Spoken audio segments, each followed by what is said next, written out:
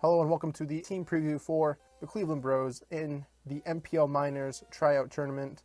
What this is, it's kind of like the March Madness tournament and the summer tournament for the token minorities that I did in the past. But this one actually has, a goal of making it into the minor division of the NPL, sort of like the PPL D2, but different league. So what this was is a bunch of people sent in their applications, and they chose a group of people to take place in the tournament.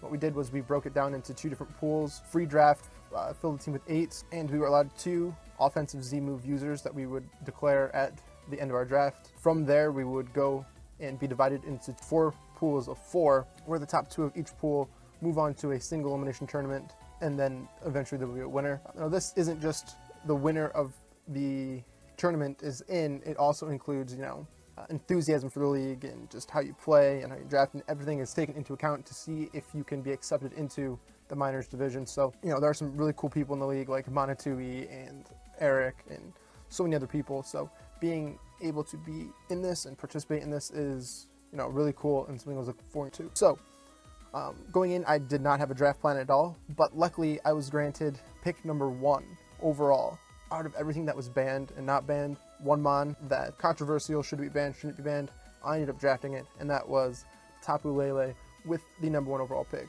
It also went number 1 overall in the B pool, so I was pretty confident with the pick. Just looking at its stats, it's fantastic. It's a Scarfer, it just hits so hard, the psychic terrain is incredible. So this mon is fantastic, and that's why I took it number 1 overall. Building a team around this, I needed something that could hit hard on the physical side, so I chose Garchomp. Garchomp also has the 102 base speed, so Tapu Lele only has 95, gets outsped by like Manaphy and stuff, but Garchomp outspeeds that, something I've wanted to use for a while. So it's also got a fantastic typing, and with the Tapu Lele psychic terrain, I'm not worried about the Ice Shard. Garchomp was one of the mons I elected to choose to have the Z Crystal use, so I can use both physical and special on that. I had the wheel pick coming around the 2nd and 3rd round, so to go with my Garchomp and my Tapu Lele, I decided to go with Skarmory. Skarmory was something that gave me a steel type, something that Tapu Lele kind of struggles with, but the coverage with Tapu Lele is incredible. I won't have to worry about that too much, but Skarmory also gave me spikes, gave me stealth rocks, gave me a defogger, gave me bulky defense, gave me a ground immunity, just so many things that my first 3 picks just blend so well together with. Both Garchomp and Skarmory were what I was hoping to get for in the PPL last season, but didn't end up happening. So now that I have them in the first 3 rounds is awesome. For my 4th round, I was talking to people like Kelly and Ellie and other people, just trying to see what I should get with this group. One was saying go offense, one was saying go defense, but I noticed that there was still a lot of offense left. So I decided to go with more defense and got Toxapex. Toxapex is a bulky water type with recovery. It is weak to ground, but I have my Skarmory, both weak to electric, but I have the Garchomp. So it helps with the Ice Beam weakness for the Garchomp. It gives me Toxic Spikes, gives me recovery, regenerator, fantastic ability, and it is a defensive behemoth. It's also not afraid to be set up on because of the haze, painful bunker, and just a really good mon all around. Now, to pair it with my Toxapex, I did stick with more bulk, but more of an offensive bulky type known as Porygon 2. Porygon is still bulky as hell. Still, if I get the the download ability, can hit hard, has trace if I want to do other things like that. But Porygon 2 with my previous 2 picks, really bulky, really not passive defense either. So all forms of reliable recovery and just being able to take hits and dish it back. With that, my last 3 picks were the bulk, was my defense. I'm not usually a defensive player, but it is something that is incredibly hard to beat with my team together. So I needed something offensive, something to deal with the steel type, and that would be my round 6 pick, Darmanitan. Darmanitan, another thing that I've wanted to use forever.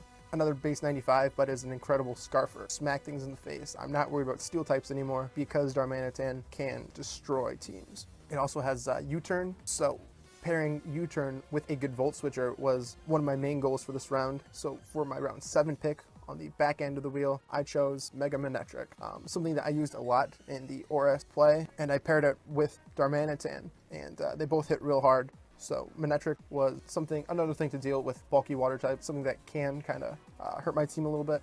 I didn't have a plan to get Manectric, but it was there, and it was awesome, and I took it. So round 8, I had the last pick in the draft. I was looking, and there's one mon I wanted, which was Gengar, and it made it all the way back to the pick before me, where somebody took it, so I was like, well, now what do I pick?